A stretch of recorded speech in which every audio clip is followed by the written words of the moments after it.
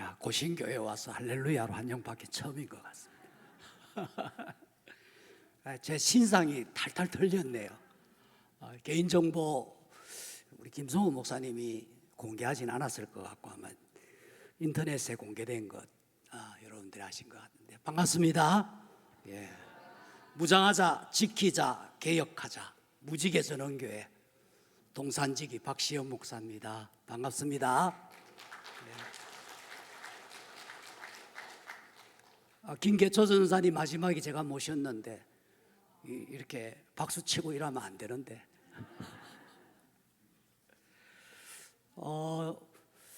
재정관리위원회 헌신예배 제가 청함을 받았는데 저는 무슨 위원회 청함 받은지도 모르고 와서 설교 제목을 그냥 평안을 구하라 시편 4편 가지고 여러분과 함께 은혜의 말씀 나누겠습니다. 시골에서 왔기 때문에 좀 잘못하더라도 시골에서 왔기 때문에 어쩔 수 없는 모양이다 이렇게 생각하시고 그렇게 이 말씀 나누기를 원합니다. 이 시편 3편 4편 굉장히 유대인들에게 즐겨 읽는 시편입니다. 특별히 3편은 아침에 읽는 시라 해서 아침시라 그러고요, 4편은 저녁 밤에 유대인들이 꼭 읽는 시라 해서 후대에 이 시를 저녁시라 그럽니다. 4편은 무슨 시라고요? 저녁시. 예. 저는 시골교회에서 목회하기 때문에 이렇게 질문하고 답하지 않으면 목사님이 1분 전에 뭘 했는지 잘 몰라요. 그래서 제가 묻더라도 양해해 주시기를 바랍니다. 이 시편 4편은 3편하고 똑같은 다윗이 쓴 시편이에요. 그리고 상황도 똑같은 상황에서 쓰여졌습니다. 우리 3편 그 부제를 같이 한번 읽어볼까요? 그 밑에 있는 1장 위에 있는 거 3편에 같이 읽겠습니다. 시작. 다윗이 그의 아들 압살롬을 피할 때에 지은 시. 세상에 아버지가 아들의 칼날을 피해서 도망치면서 조금 지나고 난 뒤에 그때를 생각하면서 지은 시입니다. 다윗 임금이에요. 다윗 정말 빼어난 임금이었는데 그 삶의 절정자락에서 아들의 반란에 직면했습니다. 꼴이 뭡니까? 꼴이 정말 살기 싫었을 그런 상황입니다. 그때 선시라. 그래서 시편 3편과 4편을 애가라 그럽니다. 슬픔의 노래. 얼마나 쩔쩔맬 때 선시일까 추측해 볼 수 있는 단어가 개인적인 애가, 이렇게 시편을 분류할 때 그렇게 분류합니다. 그런데 이 시를 읽어보면 전혀 슬프지가 않습니다. 다윗의 그 잠잠한 담담한 심정을 신앙으로 이렇게 표현합니다. 제가 PPT를 길게 준비했는데 길게 하면 싫어해서 우리 장로님들이 보내면서 걱정이 되던가 목사님 짧게 해야 됩니다. 알았다, 내가 짧게 할 테니까 걱정하지 말라. 오전에 배 설교, 이게 설교인데 조금 길었습니다. 그래서 걱정되는지 짧게 하라고 부탁했습니다. 저는 뭐 다른 거는 몰라도 시키는 대로 합니다. 잘하는 거라 생각하고 짧게 하려고 하는데 또 목사는 서면 목사의 3대 거짓말 중에 하나가 짧게 한다 해놨고 이제는 마지막으로 해놨고 한 3번 4번 하는 건데 여러분들 기도하면서 제 설교 들어주시기를 바랍니다. 이 아들의 반란을 직면해서 지금 궁에서 신발도 신지 않고 쫓겨날 때 그때를 상기하면서 이 시를 썼어요. 여러분들 다윗의 시가 대부분의 시인데 왕궁에서 좋을 때 쓴 시가 한 편도 없습니다. 다 어려울 때, 힘들 때. 시인의 시가 언제 나오는가 하면 가난하고 힘들 때 나옵니다. 잘 살고 배에 기름기가 끼어 있으면 시가 안 나와요. 저는 시를 한 편도 안 써봤습니다만 이름은 계속 중간에 시자지 않습니까? 박시영이니까 시를 읽을 줄 아는데 어려울 때 씨가 나와요. 신앙도 마찬가지. 신앙도 잘 먹고 잘 살고 편안할 때 신앙이 잘 표현되지 않습니다. 정말 배고프고 어렵고 힘들 때, 그때 신앙이 발휘가 됩니다. 교회도 마찬가지.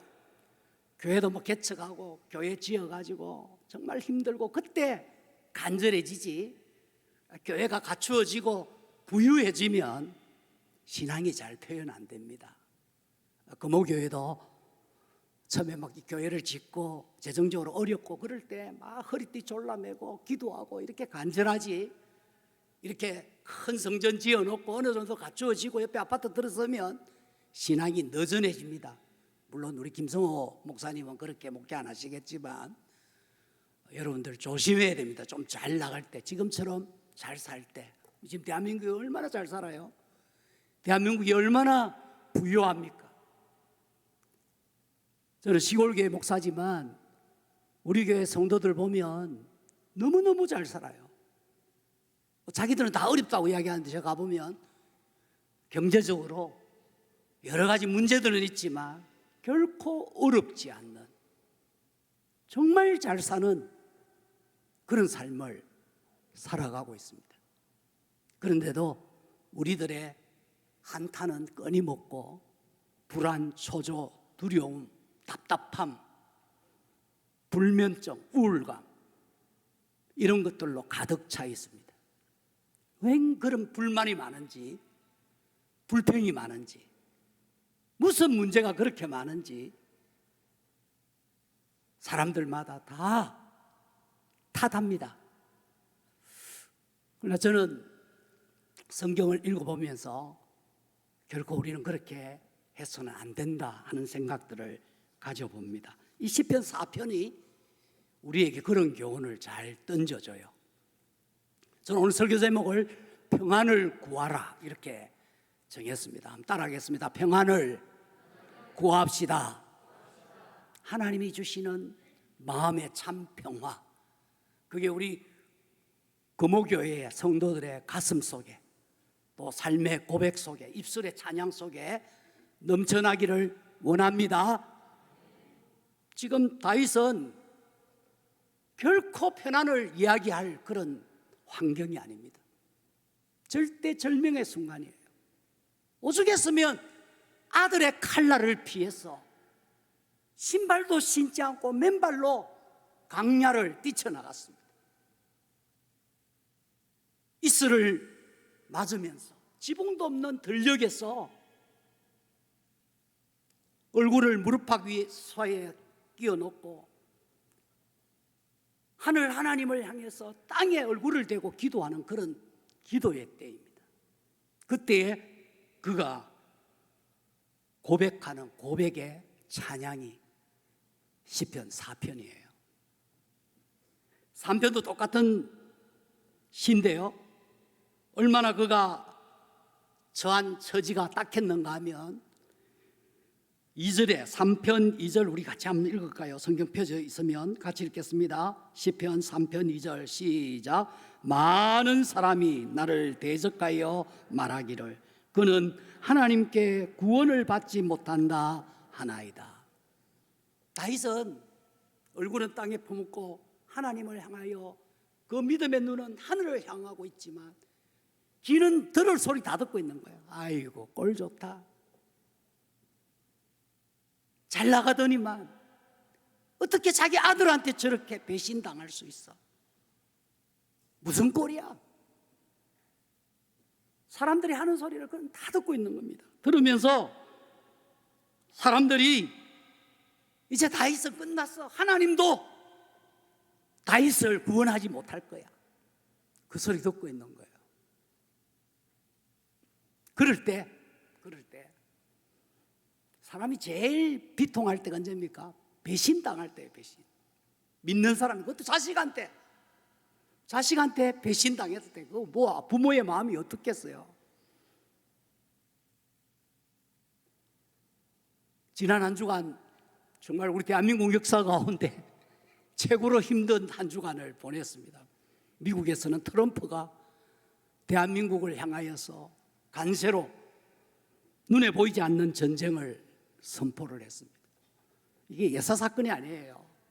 구미도 전자도시지만 지금 이게 비상등이 켜졌는데 노란 등이 아니고 빨간 등이에요.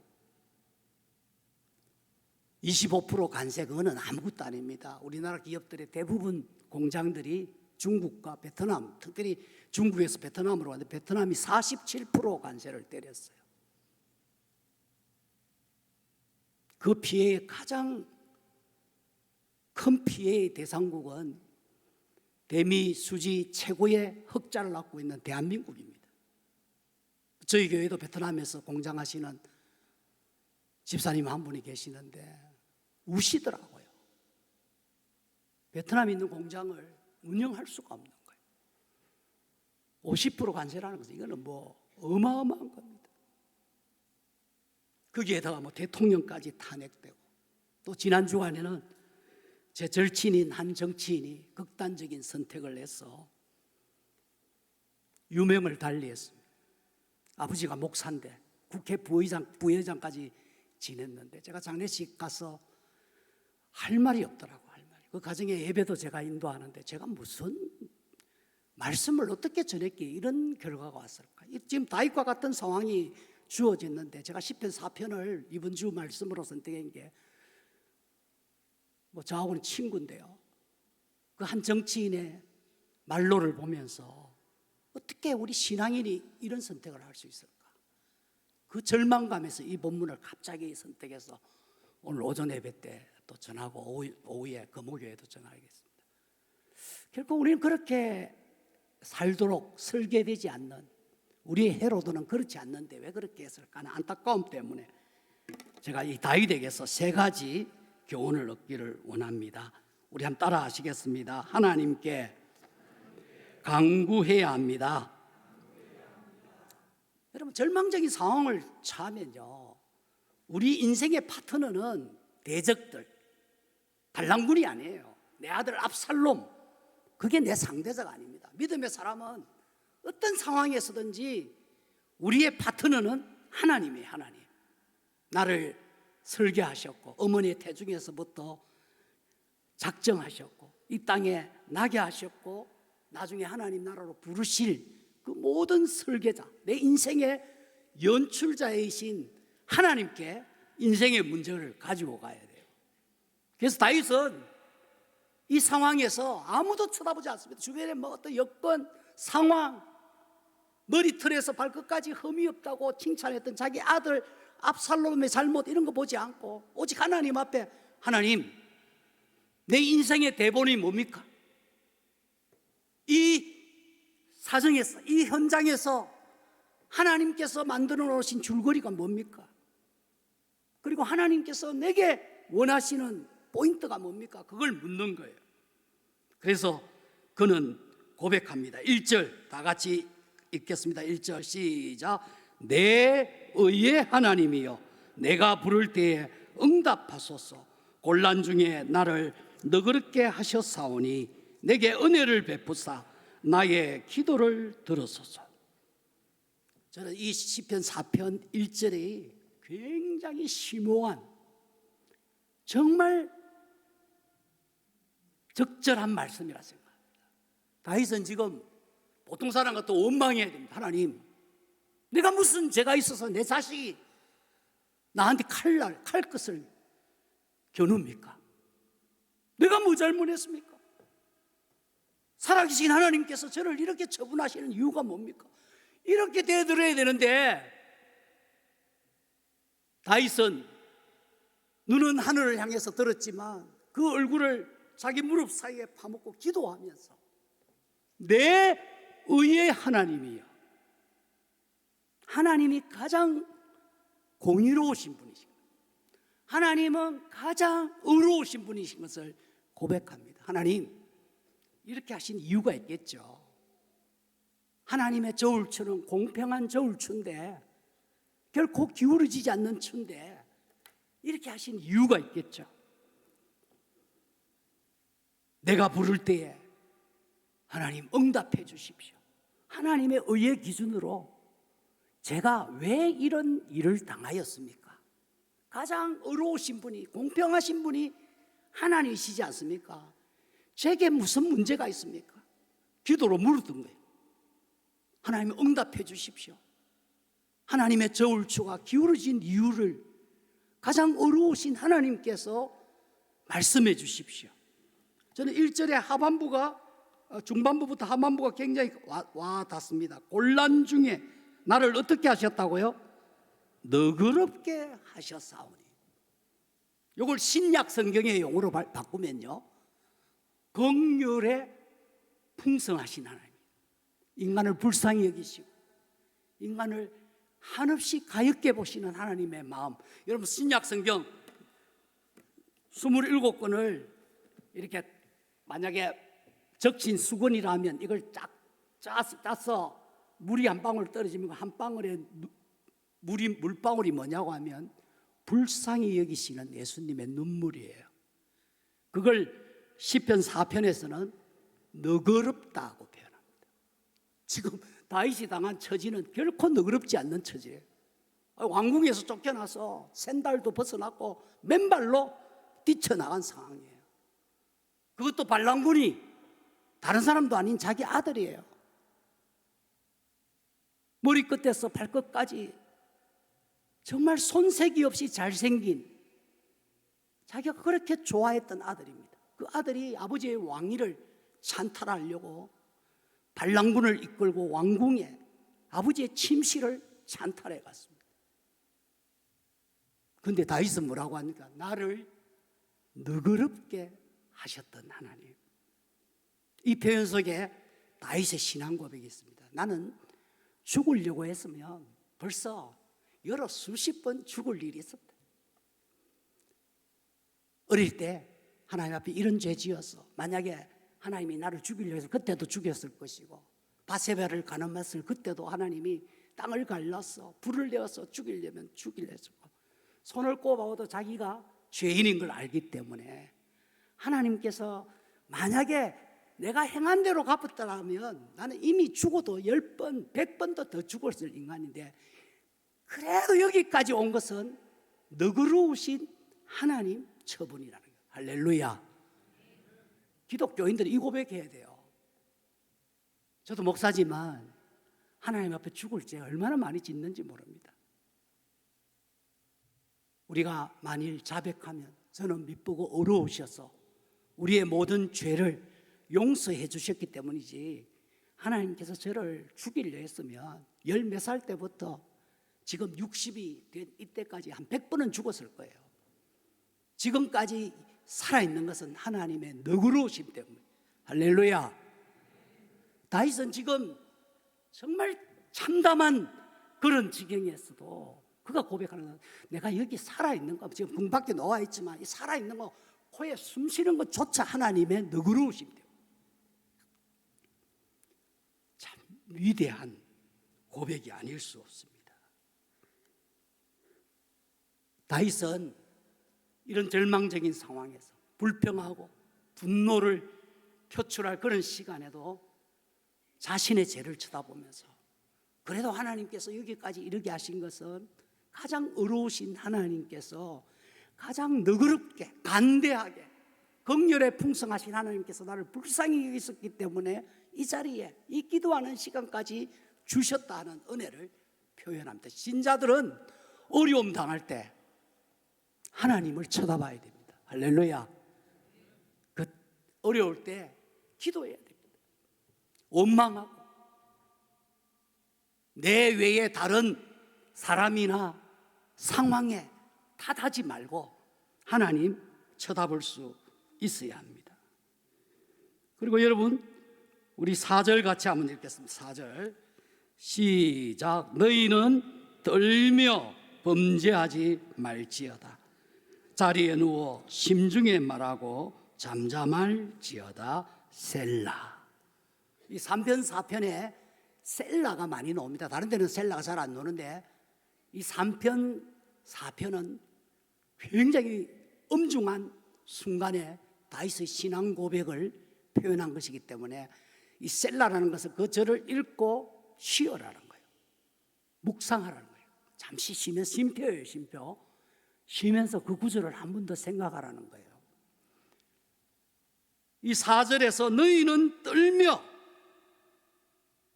분노하지 말고 흥분하지 말고, 너희는 분노하지 말고 떨면서, 부들부들 떨면서 자리에 누워 심중에 말하고 잠잠하라는 거예요. 다윗이 분노를 표하고 화가 치밀어서 자기 분노를 조절하지 못하는 그런 순간에도 기도했습니다. 기도하면서 그가 생각하기를, 지금은 내가 떨 시간이구나. 지금은 내가 입을 닫아야 할 시간이구나. 입을 닫고 침묵해야 될 순간이구나. 다윗이 불평할 수밖에 없고 분노를 표출하면서 그렇게 자기 화를 조절하지 못할 그런 순간에 하나님의 음성을 들었습니다. 입 다물자. 한번 따라하겠습니다. 어려운 일 당할 때 우리는 입을 닫아야 됩니다. 여러분들, 저는 특별히 다혈질, 우리 장로님들이 자주 그런 이야기해요. 다른 교회 장로님들이 모아서, 무지개 저런 교회는 장로님들이 다 착하고 목사님 목회를 마음껏 한다 하니까, 우리 장로님들 하시는 이야기가, 다른 교회는 전다 목사가 장로 눈치 보는데 우리는 목사 눈치 본다고 아무 말 못 한다는 거예요. 우리 장로님들 솔직한 거, 우리 7명인데 떠들고 저 혼자만 떠들고 우리 장로님들 가만히 있고 막 그러합니다. 금호교회도 그렇죠? 안 그렇습니까? 제가 보니 우리 장로님들 위원들 보니까 김성호 목사님 앞에서 제대로 말도 못 하실 것 같은데 김성호 목사님 전혀 아닌 것처럼 지금 아닌데 저는 좀 다혈질이에요. 여러분 보실 때 생각보다 다혈질인데, 그래서 성질 한 번씩 나올 때 막 성질이 나와요. 그래서 제가 제 목양실에 잠잠하자. 이렇게 이제 60이 넘어가지고 입만 다물어도 90점이다. 제가 그런 우리 집 사람 늘 그래요.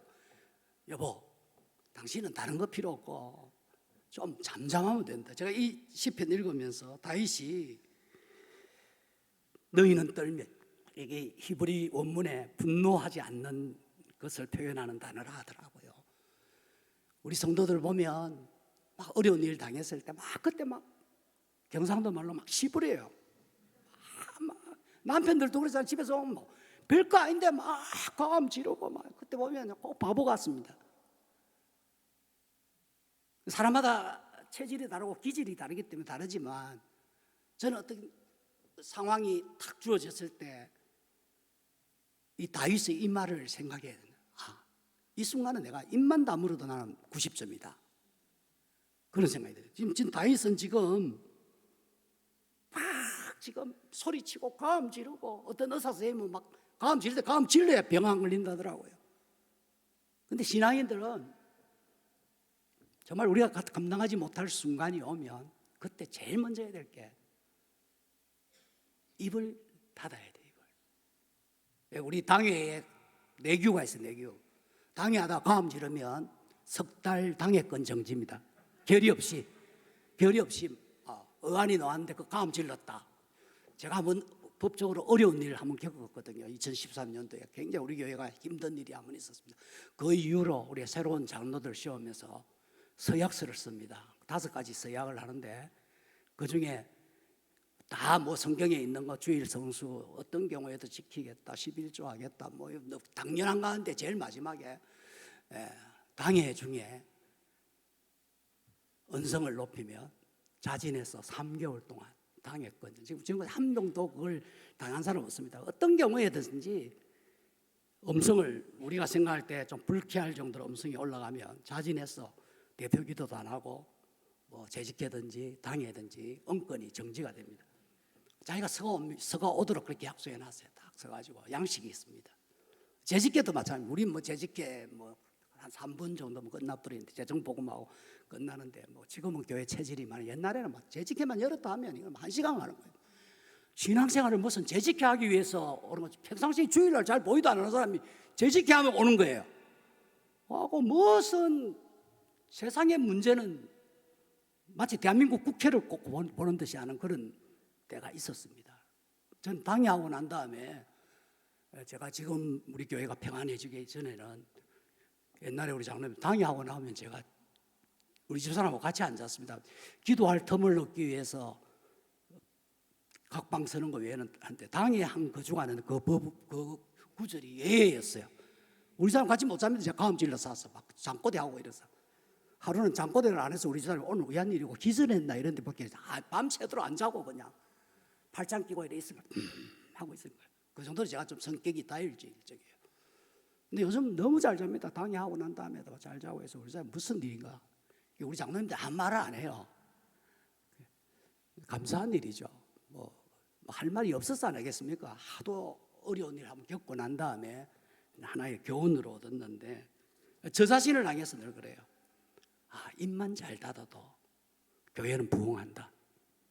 할 말 하지 말라는 이야기 아니에요. 하나님과 상대할 때, 우리가 믿음 생활할 때 우리의 분노 조절을 잘 해야 돼요. 분노 조절. 뭐 우리 정치 지도자들도 그거 잘못해가지고 뭐 지금 역사적인 어떤 하나의 판단 앞에 놓여서 낭패를 당하고 있습니다. 이거 굉장히 중요한 것 같아요. 이게 하면 자꾸 길어지니까 세 번째, 첫 번째 다윗은 이런 어려운 상황 중에서 불평하고 불만하고 자기 분노를 조절하지 못하고 문제 속에 휩싸일 그때 다윗이 믿음을 지킬 수 있었던 것, 하나님이 주시던 평안을 누릴 수 있었던 것은 하나님께 도움을 청했다. 1번 제가 시골시골합니다. 2번은 우리가 진짜 평안을 누리려면 자기 감정을 잘 다스리자는 거예요. 옆에 보면 인사하겠습니다. 감정을 잘 조절합시다. 예. 부부간에도 마찬가지. 부부간에도 감정을 잘 조절해야 됩니다. 이게 성경이 주는, 이 다윗이 주는 굉장히 중요한 거예요. 마지막으로 이제 하고 집에 가야죠. 저도 밀양까지 가려면 1시간 반 가야 되는데 기름 떼가면서 여기까지 와가지고 길게 해봤자 우리 장로님들 말했다 길게 하면 사람들 싫어합니다. 짧게 하고 벌써 시간이 많이 가버렸는데 이제 마지막으로 제가 오늘 뭐 PPT 많이 자 따라하겠습니다. 하나님의 선한 인도를 확신합시다.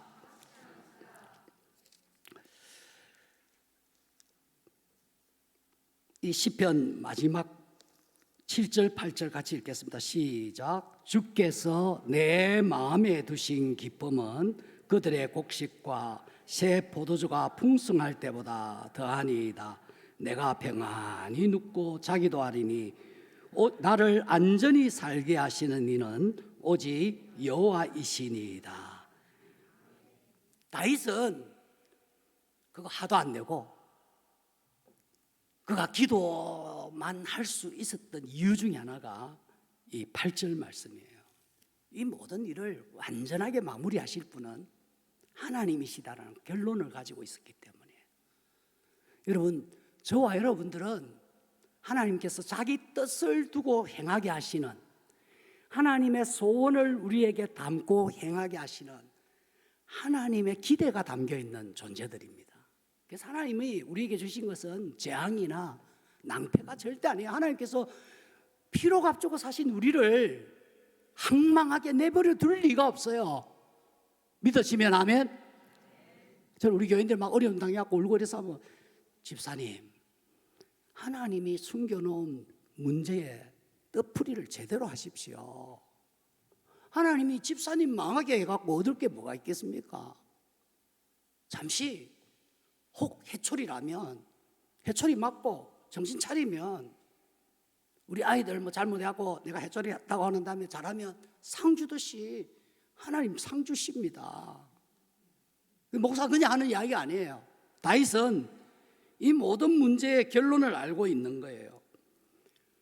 하나님이 나에게 어려움 주신 것은, 이런 환난을 주신 것은 내 아들을 통해서 저 칼 것이 하나님의 칼 것인데, 이런 어려움 주신 것은 결국은 내게 기쁨을 주시기 위해서다.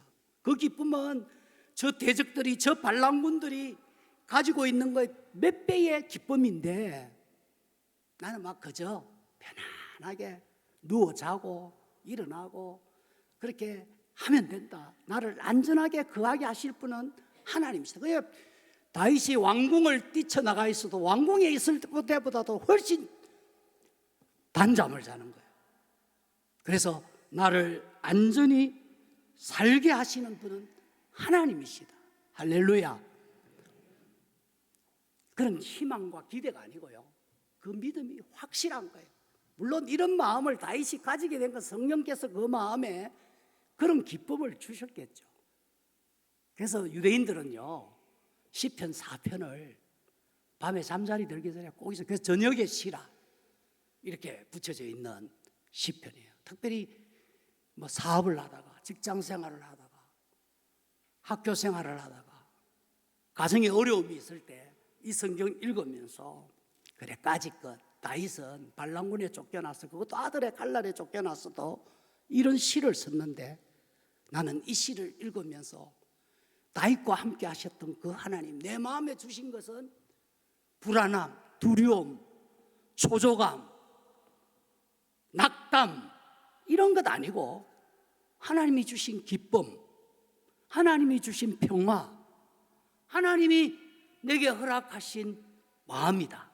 이런 마음으로 이 시를 읽습니다. 그래서 여러분들, 우리 재정위원회, 관리위원회 위원들뿐만 아니라 어떤 어려운 일이 있을 때 이 시편 읽으면서, 그래 까짓것 나를 안전하게 살게 하시는 분은 하나님이신데, 이런 일도 못 겪어? 못 이겨내? 이까짓 어려운 일쯤이야, 어려운 상황쯤이야, 아니 이런 일도 못 겪어내? 그러면서 잠자리에 드시고 또 아침에 일어나서 깨어나게, 그래 내가 어제 저녁에 참 이 성경 읽고 다윗처럼 그런 마음 먹길 잘했어, 이렇게 생각하시기를 바랍니다. 오후 예배 때 이렇게 많이 오셔가지고, 요즘 코로나 이후에 오후 예배 별로 없어요. 그래서 제가 요즘 오후 예배 부흥시키려고 온갖 프로그램 다 하는데, 김성호 목사님한테 물어봐야 되겠네. 이렇게 오후 예배 때 이렇게 많이 모일 수 있는 비결이 있는지. 하여튼 여러분들 사랑하고요, 세상에 제일 행복한 것은 주일날 예배 드리는 거예요. 할렐루야. 세상에서 우리는 예배 시작 전에 인사를 나눕니다. 일어서서 이렇게 다 서로 보면서, 내가 세상에서 가장 잘한 선택은 오늘 이 예배에 참여한 것이다. 할렐루야. 세상에서 가장 행복한 자리, 그게 예배의 자리입니다. 우리 금호교회 성도님들, 정말 오후 예배, 이 예배까지 드리는 여러분들은 전 세계에서 1% 미만에 드는 최고의 믿음을 가진 사람이에요. 자, 한번 옆에 분과 인사하겠습니다. 당신은 전 세계에서 1% 미만의 진짜 예수쟁이입니다. 예. 수요 예배 오는 사람들은 0.001%이네요. 그래서 수요일 올 때는 여러분 어깨에 힘 좀 주고 들어와야 돼요. 나는 적어도 수요 예배 있죠? 없는 데도 많더라고요. 오후 예배 없는 데도 있더라고요. 구미도 있죠. 물론 다른 프로그램이 그걸 대신합니다만, 우리는 왜 어떠하든지 세계에서 1% 미만의 믿음을 가진, 나갈 때 좀 어깨 힘주고 나가시기를 바랍니다. 적어도 나는 1% 미만의, 진짜예요. 통계적으로 한국교회 오후 예배 드리는 사람들은 전 세계 기독교인의 1% 미만의 예수적이 돼요. 그 1% 미만 중에 이 금호교회 이렇게 많이 있다는 것은 행복합니다. 김성호 목사님 한 1년 바꿔서 목회 한번 해볼래요? 다 부럽네. 기도하겠습니다. 하나님,